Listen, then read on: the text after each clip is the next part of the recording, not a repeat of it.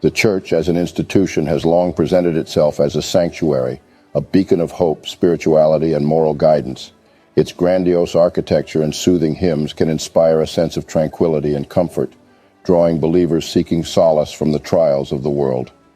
Yet, beyond the facade of serenity, lies an ominous tale that reveals a complex and often troubling reality. In the annals of history, the painful legacy of slavery casts an indelible shadow over humanity's past.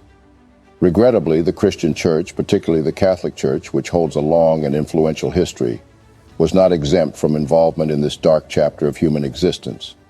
The tragic tale of slavery and its ties to religion reveals a profound contradiction between the Church's teachings of love and compassion and its historical support of human bondage. In this video, we are going to dive into the historical relationship between the Church and slavery, the biblical passages that were at times used by religious leaders to justify and perpetuate this heinous institution. Although there were some dissenting voices within the Church against slavery, the overwhelming silence from religious institutions, including the Catholic Church, ultimately perpetuated the suffering of millions of enslaved individuals. Before we get right into the video, please smash the like button and subscribe to the channel to keep informed of our eye-opening Black narrative. The transatlantic slave trade is one of the most traumatic events in human history, leaving an indelible mark on the African continent and its people. This extensive and brutal commerce of human lives persisted for over 4 centuries, profoundly impacting the course of global history. The origins of the transatlantic slave trade can be traced back to the early 15th century. While the capturing and enslavement of individuals existed in various forms throughout history, the onset of the slave trade was the most brutal. The primary driving forces behind the slave trade were economic interests and the growing demand for cheap labor in the New World colonies, particularly in the Caribbean and the Americas, where European powers were establishing vast plantation economies. The European powers, particularly Spain, Portugal, England, France, and the Netherlands, saw enslaved Africans as a ready-made labor force to work on plantations and in mines, helping to extract valuable resources like sugar, tobacco, cotton, and other commodities. Over the course of approximately 4 centuries, it is estimated that between 12 to 15 million Africans were forcibly transported across the Atlantic Ocean. The journey, known as the Middle Passage, was characterized by unimaginable suffering and loss of life, as enslaved Africans endured cramped and unsanitary conditions on overcrowded ships. Once in the Americas, slaves were subjected to unimaginable cruelty and violence. Families were torn apart, and individuals were treated as property rather than human beings, subjected to backbreaking labor and subjected to inhumane treatment. Countless lives were lost during the transportation process and through the harsh conditions of slavery, contributing to an immeasurable loss of human potential and dignity.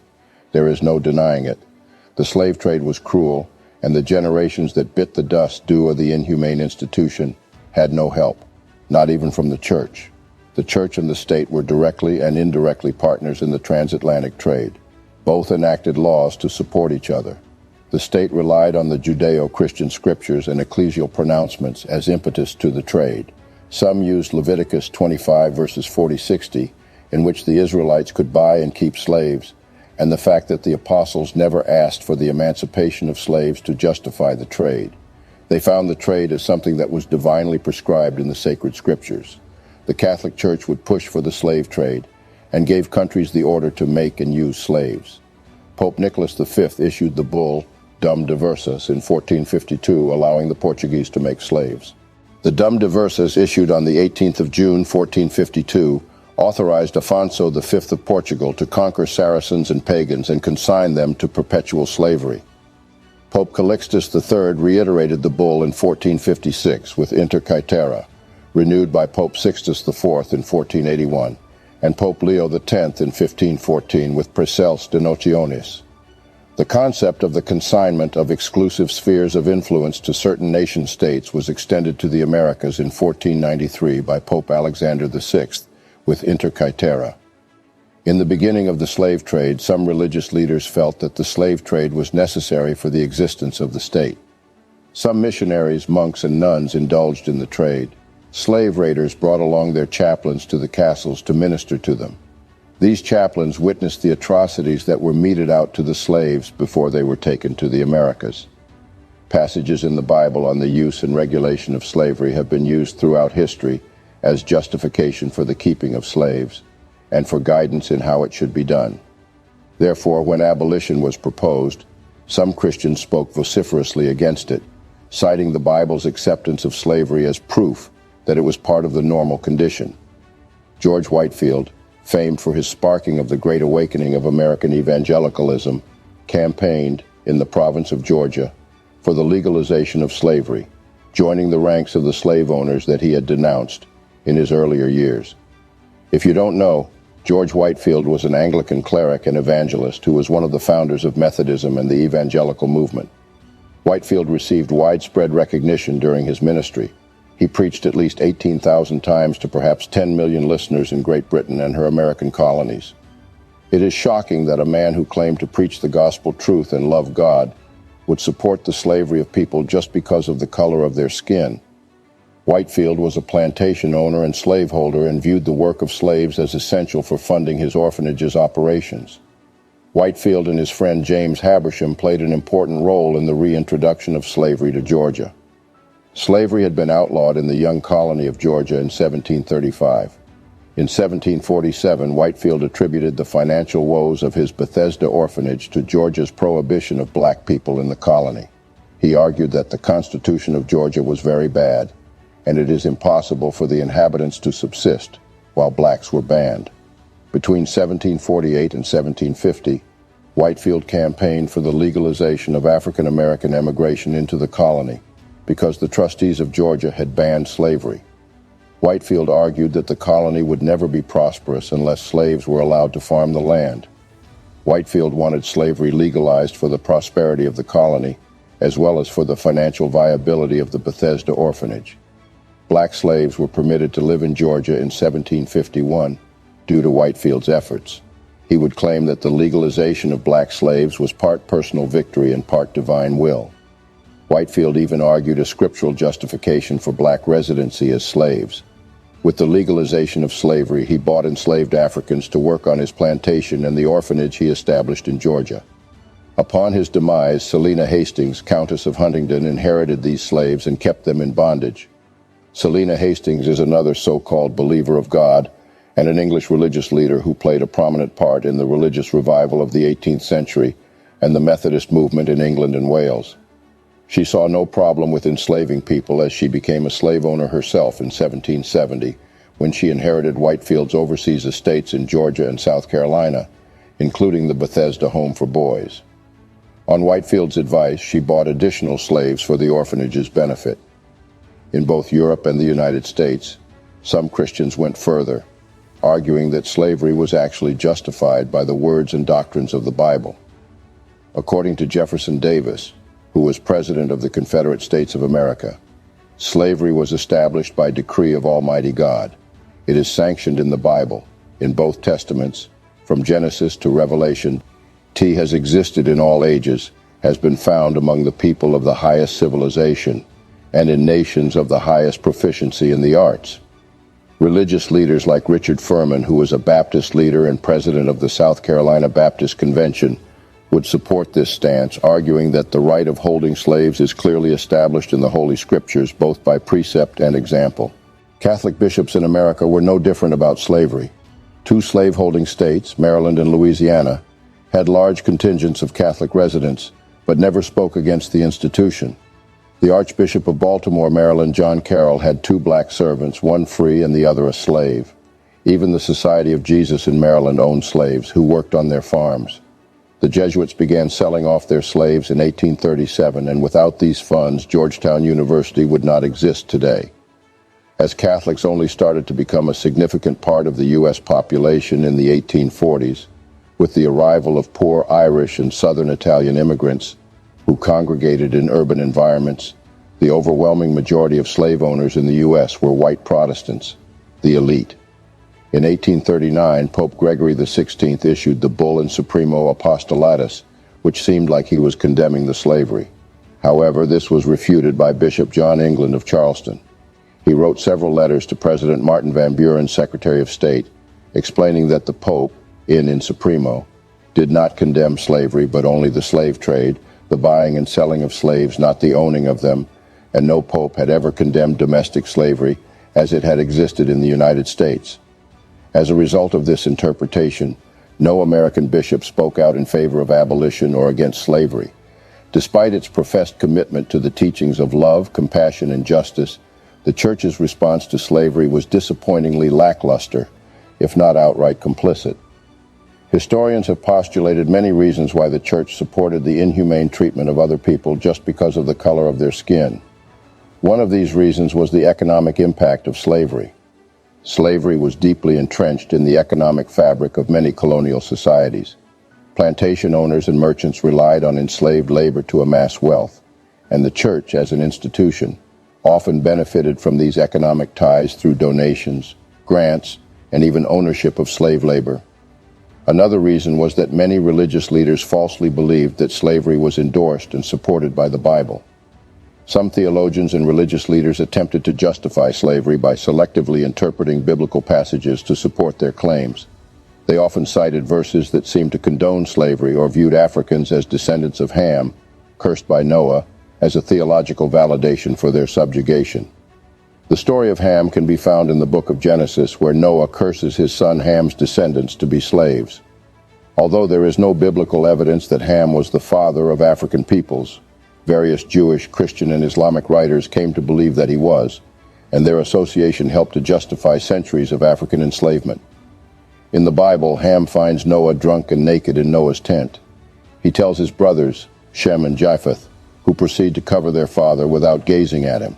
When Noah finds out what happened, he curses Ham's son Canaan, saying he shall be a servant of servants. In 18th and 19th century Euro-America, Genesis chapter 9 verses 18 to 27 became the curse of Ham, a foundation myth for collective degradation, conventionally trotted out as God's reason for condemning generations of dark-skinned peoples from Africa to slavery. Similarly, some in the Latter-day Saint movement used the curse of Ham to prevent the ordination of black men to its priesthood. Moreover, in the New Testament, Paul's letters have been cited to endorse the notion of slavery. Ephesians chapter 6 verses 5 states, "Slaves, obey your earthly masters with respect and fear, and with sincerity of heart, just as you would obey Christ." This passage, among others, was taken out of context and exploited by slaveholders to assert their authority and religiously sanctioned control over enslaved individuals. Another reason why the Church supported racism and slavery was due to the fear of disruption. The Church was cautious about challenging the status quo for fear of destabilizing societies built on the institution of slavery. Many religious leaders feared backlash or unrest if they openly opposed the prevailing system. This was quite common in the United States. In 1837, Southerners in the Presbyterian denomination joined forces with conservative Northerners to drive the anti-slavery New School Presbyterians out of the denomination. In 1844, the Methodist Episcopal Church split into Northern and Southern wings over the issue of slavery. In 1845, the Baptists in the South formed the Southern Baptist Convention due to disputes with Northern Baptists over slavery and missions. Some members of fringe Christian groups like the Christian Identity Movement, the Ku Klux Klan, an organization which is dedicated to the empowerment of the white race, and Aryan nations still argue that slavery is justified by Christian doctrine. The Church's failure to speak out against slavery remains a stain on its historical record. By not forcefully denouncing this grave injustice, the Church missed an opportunity to lead and promote a movement for social justice and equality. The long-lasting consequences of this inaction continue to be felt in the present day, as racism and racial inequality persist as deep-rooted issues in various societies. It was not until after 4 centuries of cruelty and suffering that Christians in the Church decided to give slavery a deep thought. This came after hundreds of years of benefiting from it. When the abolitionism movement began to bring an end to slavery, it had both philosophical reasons and religious elements. Throughout Europe and the United States, Christians, usually from institutional Christian faith movements, not directly connected with traditional state churches, or nonconformist believers within established churches, were to be found at the forefront of the abolitionist movements. In particular, the effects of the Second Great Awakening resulted in many evangelicals working to see the theoretical Christian view that all people are essentially equal, made more of a practical reality. Freedom of expression within the Western world also helped in enabling opportunity to express their position. Prominent among these abolitionists was parliamentarian William Wilberforce in England, who wrote in his diary when he was 28 that, "God Almighty has set before me two great objects, the suppression of the slave trade and reformation of morals." With others, he labored, despite determined opposition, to finally abolish the slave trade. The famous English preacher Charles Spurgeon had some of his sermons burned in America due to his censure of slavery, calling it the foulest blot, and which may have to be washed out in blood. Methodist founder John Wesley denounced human bondage as the sum of all villainies and detailed its abuses. In Georgia, primitive Methodists united with brethren elsewhere in condemning slavery. Many evangelical leaders in the United States, such as Presbyterian Charles Finney and Theodore Weld, and women such as Harriet Beecher Stowe, who was the daughter of abolitionist Lyman Beecher, and Sojourner Truth motivated hearers to support abolition. Finney preached that slavery was a moral sin, and so supported its elimination. Quakers who belonged to the Religious Society of Friends, a historically Protestant Christian set of denominations, were early leaders in abolitionism.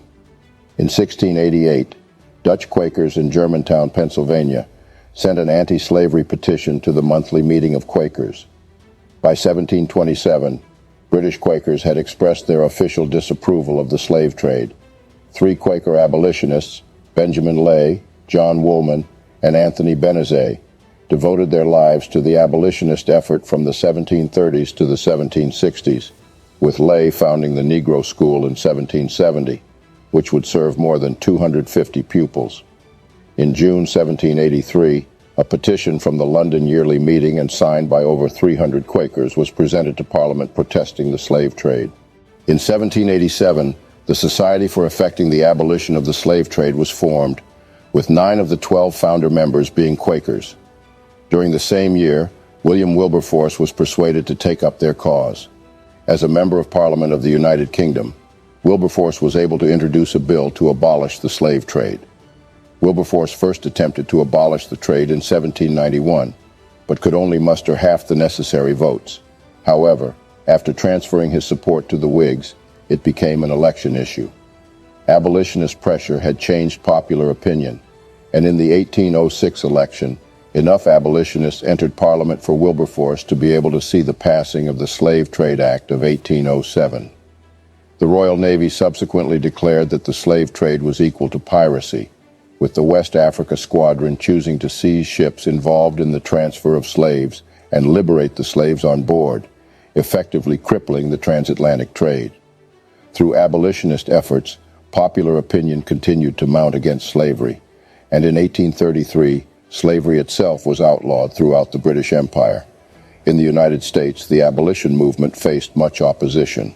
A postal campaign in 1835 by the American Anti-Slavery Society, or AASS, founded by African-American Presbyterian clergyman Theodore S. Wright, sent bundles of tracts and newspapers to prominent clerical, legal, and political figures throughout the whole country, and culminated in massive demonstrations throughout the North and South. In attempting to stop these mailings, New York Postmaster Samuel L. Gouverneur unsuccessfully requested the AASS to cease sending it to the South. He therefore decided that he would aid in preserving the public peace by refusing to allow the mails to carry abolition pamphlets to the South himself. This resulted in the AASS resorting to other and clandestine means of dissemination. Despite such determined opposition, many Methodist, Baptist, and Presbyterian members freed their slaves and sponsored black congregations, in which many black ministers encouraged slaves to believe that freedom could be gained during their lifetime. After a great revival occurred in 1801 at Cane Ridge, Kentucky, American Methodists made anti-slavery sentiments a condition of church membership. Abolitionist writings such as A Condensed Anti-Slavery Bible Argument by George Bourne and God Against Slavery by George B. Cheever used the Bible, logic, and reason extensively in contending against the institution of slavery, and in particular the chattel form of it as seen in the South. Other Protestant missionaries of the Great Awakening initially opposed slavery in the South, but by the early decades of the 19th century, many Baptist and Methodist preachers in the South had come to an accommodation with it in order to evangelize the farmers and workers. Disagreements between the newer way of thinking and the old often created schisms within denominations at the time. Differences in views toward slavery resulted in the Baptist and Methodist churches dividing into regional associations by the beginning of the Civil War. In the 1850 bull of canonization of Peter Claver, one of the most illustrious adversaries of slavery, Pope Pius IX branded the supreme villainy, summum nefas, of the slave traders. And in 1888, Pope Leo XIII condemned slavery in plurimis. For centuries, the Church's role in supporting and even justifying slavery and the slave trade has been a source of deep moral reflection and regret. However, as society has evolved and our understanding of human rights and justice has advanced, the Church has embarked on a journey of redemption, seeking to rectify past wrongs and contribute positively to the healing of racial wounds. Pope Francis was one of the prominent religious leaders who came together in the Vatican on the 2nd of December 2014 with the aim of eliminating modern slavery and human trafficking. During a ceremony held in the seat of the Pontifical Academy for Sciences in the Vatican, they signed a declaration of religious leaders against slavery. Joining Pope Francis were eminent Orthodox, Anglican, Jewish, Muslim, Buddhist, and Hindu representatives. The historical relationship between the Church and the institution of slavery is a complex and deeply troubling chapter in human history. From its inception, various Christian denominations and the Catholic Church supported slavery in all forms, utilizing biblical passages to justify and support the practice of slavery. This theological interpretation not only perpetuated the suffering of countless enslaved individuals, but also contributed to the entrenchment of racial hierarchies and injustices that persist to this day. Yet the story does not end here. As history unfolded and societies evolved, brave individuals within the Church began to challenge the institution of slavery on moral grounds. Abolitionists emerged, inspired by the teachings of Jesus Christ and a renewed understanding of the Bible's true message of love, compassion, and the inherent dignity of all human beings. The Church's redemption from its support of slavery is a testament to the power of moral awakening and a willingness to confront past mistakes. As the horrors of slavery became more evident, the moral conscience of the Church was reawakened. Church leaders, theologians, and congregations began to reevaluate their interpretations of Scripture, embracing a more comprehensive and compassionate understanding of the Bible's teachings. By the 19th century, many Christian denominations were at the forefront of the abolitionist movement, advocating for the liberation of enslaved individuals and the dismantling of the institution. The Church's journey from complicity to advocacy serves as a lesson for the generations that follow, emphasizing the importance of continuous moral reflection and a commitment to justice in the face of systemic wrongs. As the Church acknowledges its wrong, perhaps those that have been scarred by years of slavery and injustice can find peace. As always, don't forget to like the video, subscribe to our channel, and share our videos to let more people know the truth about blacks and to hear their own part of the narratives. Thanks for watching.